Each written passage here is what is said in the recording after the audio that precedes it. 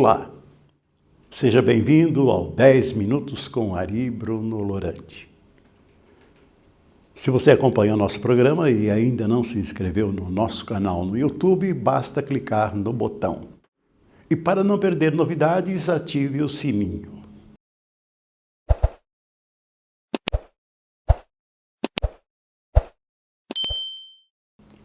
Obrigado. Semanalmente comento aqui um feedback de pessoas que assistem este programa. Hoje quero destacar um dos que eu considero um dos maiores especialistas, um profundo conhecedor da indústria de planejados no Brasil. O gaúcho Carlos Reale, para mim, é uma referência e já contribuiu muito com empresas que buscam se consolidar nesse concorrido mercado. Depois do elogio, disse o Reale: nós que militamos há anos no ramo de imóveis planejados podemos dar-lhe toda a razão sobre as mudanças mencionadas. Hoje, a automatização industrial de médias e grandes empresas está dividida com a marcenaria. O consumidor passou a buscar valor agregado com diferenciais e somente com tecnologia não se alcança. Precisa de mão de obra especializada. Todas as empresas que estão no mercado ou querem permanecer têm ou terão seu setor de marcenaria, com profissionais habilidosos para trabalhos manuais para agregar valor ao consumidor.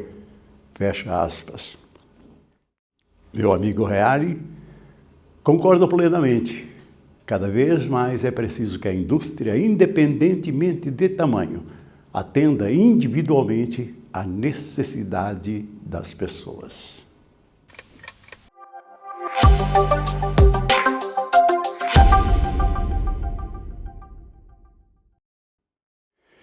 E vamos esclarecer um pouco mais sobre as novas tarifas dos Estados Unidos. Tarifa de 25% é um problema sério, mas não é o fim do jogo. A confirmação, esta semana, da nova tarifa dos Estados Unidos sobre os móveis brasileiros preocupa, e com razão. Você vê no infográfico que está na tela que, na prática, considerando os impostos que já existiam, alguns produtos podem chegar perto de 30% de tributação na entrada do mercado norte-americano. É um golpe na competitividade? Claro. Mas não significa que o Brasil ficou fora do mercado. Quem vende apenas pelo menor preço vai sofrer mais. Já quem compete por design, qualidade, flexibilidade e valor agregado, continua tendo seu espaço. O desafio agora é ganhar eficiência, negociar contratos e acelerar a abertura de novos mercados. Talvez a principal lição seja essa: nenhuma indústria pode depender de um único comprador. América Latina, Oriente Médio, Europa e outros destinos passam a ser mais estratégicos ainda. O momento exige preocupação, mas não desespero. O comércio internacional sempre muda as regras do jogo. Sobrevive quem se adapta mais rápido. E essa, historicamente, tem sido uma das maiores virtudes da indústria moveleira nacional. E a produção de imóveis vai de positiva no Rio Grande do Sul a muito negativa em Santa Catarina. O Brasil ensaia uma reação, mas o Sul está dividido entre recuperação, estabilidade e retração profunda. Enquanto o Rio Grande do Sul já acumula alta de 3,7% de janeiro a maio e voltou ao terreno positivo na comparação com os 12 últimos meses, o Paraná praticamente zerou as perdas e caminha para uma retomada gradual. Já Santa Catarina vive outra realidade. Acumula queda de 18,2% no ano e aprofunda sua retração mês após mês.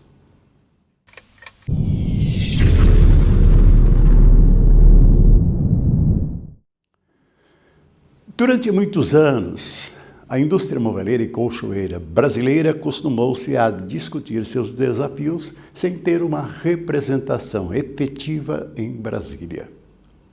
Enquanto outros segmentos econômicos construíram bancadas fortes e frentes parlamentares capazes de defender seus interesses, o nosso setor, responsável por milhares de empresas, empregos e uma importante parcela da economia nacional, quase sempre ficou à margem das grandes decisões políticas.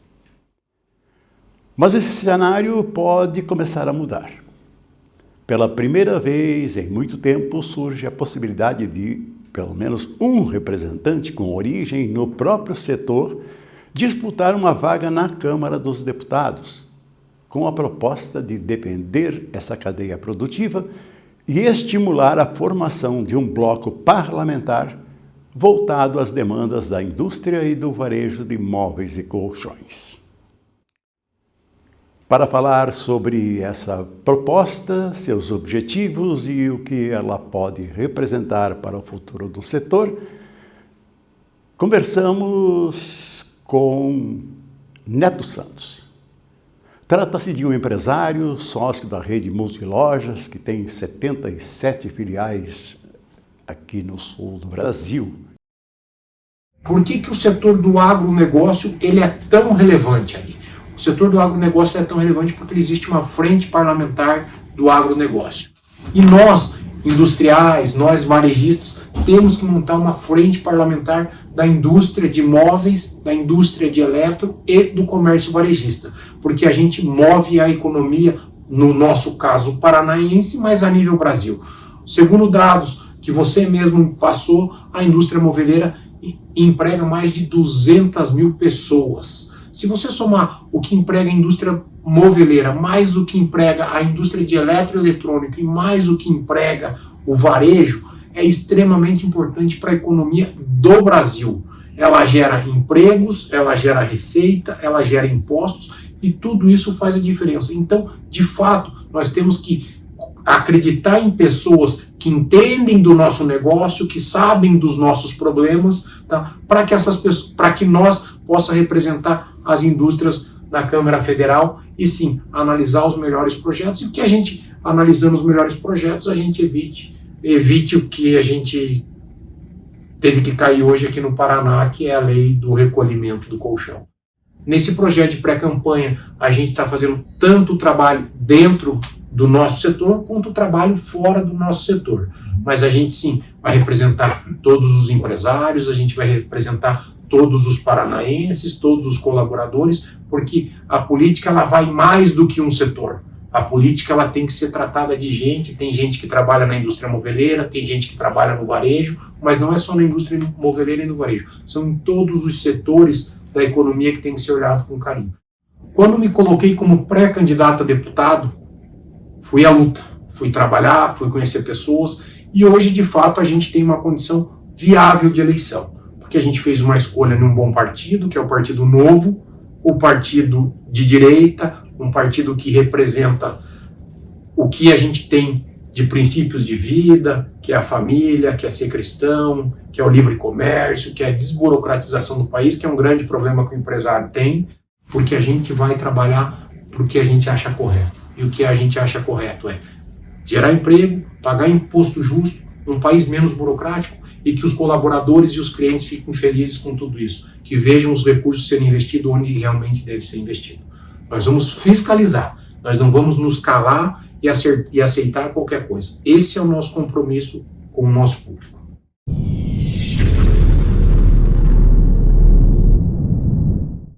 Vamos à mensagem do nosso patrocinador e na volta tem o Cá Entre Nós.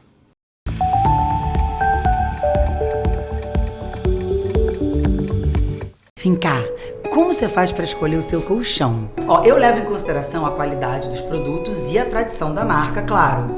Então eu escolhi Castor, porque é uma empresa com mais de 60 anos no mercado, tem os colchões mais premiados do Brasil e com uma super tecnologia. Aí eu garanto o conforto da minha noite de sono, né? Porque a gente merece. E você, quando você vai escolher esse sonho de colchão também?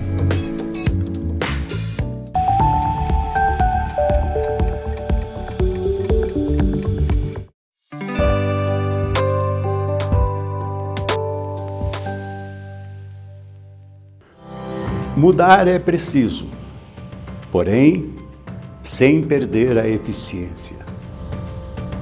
Algumas frases são tão verdadeiras que servem para empresas, para marcas e até para as pessoas.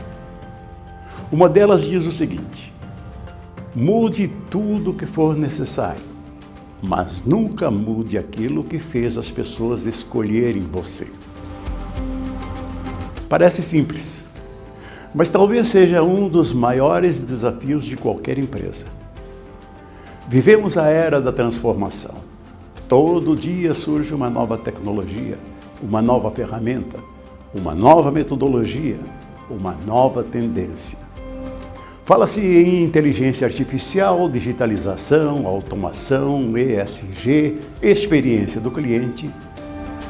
E tudo isso é importante, muito importante. O problema começa quando, na tentativa de acompanhar todas as mudanças, a empresa esquece quem ela é. E isso acontece mais do que imaginamos. Troca-se o produto porque está na moda, troca-se a linguagem porque alguém disse que ficou antiga, troca-se a marca, o posicionamento, a forma de vender, a maneira de atender. De repente, a empresa mudou tanto que nem seus próprios clientes conseguem mais reconhecê-la.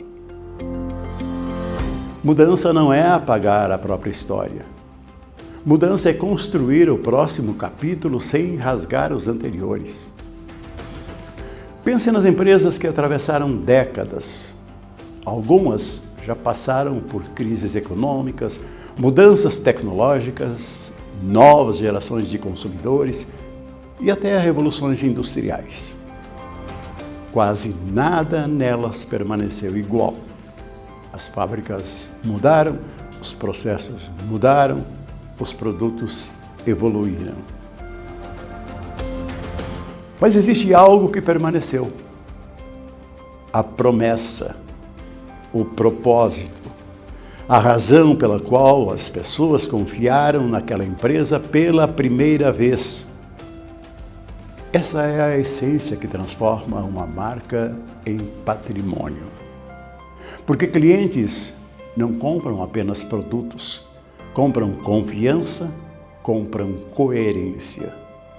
Compram a sensação de que aquela empresa continuará entregando amanhã aquilo que prometeu ontem.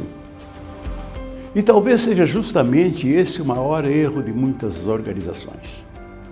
Elas passam tanto tempo tentando parecer modernas que deixam de parecer autênticas.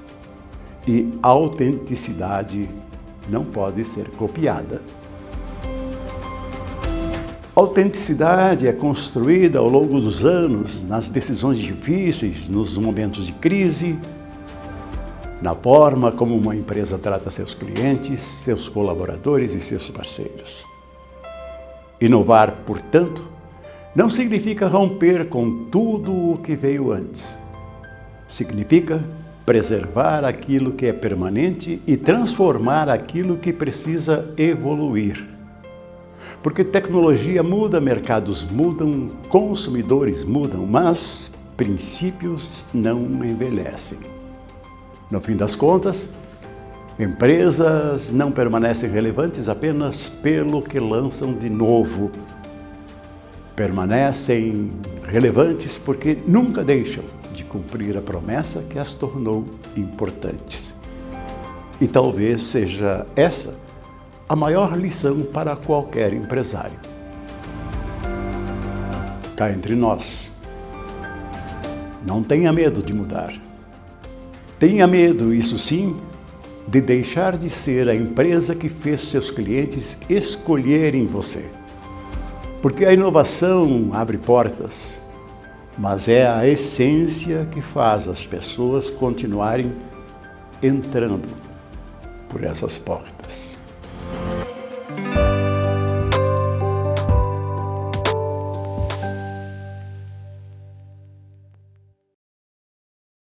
Dez minutos com Ari Bruno Lorandi termina aqui. Obrigado a você que está sempre com a gente e nos vemos com certeza na próxima semana. Até lá!